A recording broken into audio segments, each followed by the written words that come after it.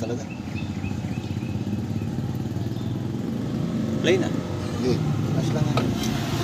Ay mga idol, no, isang truck mga idol, isang elk na 4BE 180. Ginagawa natin mga idol ngayon na papalit tayo mga idol ng oil cylinder at masyadong malakas na mga idol. Tumutulo na sa mga idol pagka kahit makahinto, no.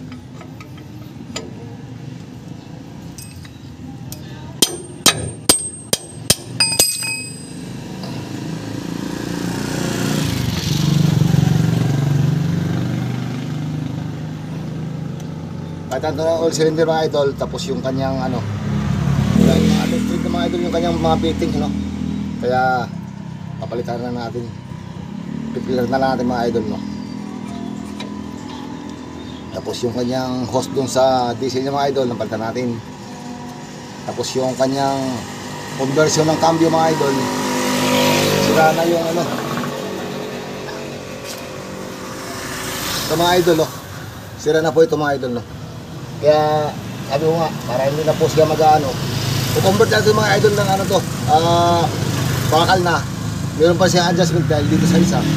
Kaya na po tayo magkuha ng adjustment mga idol. Ito lalagyan na natin mga idol ng nut, ano, para hindi na siya mag-isira. Kaya ito mga idol, sa tagal kasi yung ano niya lumuluwag to, kaya nabubunot yung pinaka ball joint niya, no, mga idol. Okay mga idol, magbalik. At nga naman, nakabili na tayo ng dalawang oil cylinder pa, mga idol, no. Pares na bago to mga idol.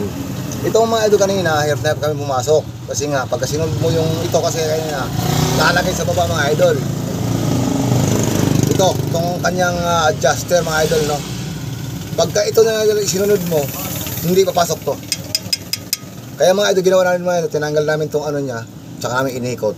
Dito na may lagay sa taas mga idol para mapasok lang. Karamihan kasi mga idol, ang iba, sinasauli na kagad dun sa mismong auto supply mga idol, no, para lang palitan kasi may ika yung butas.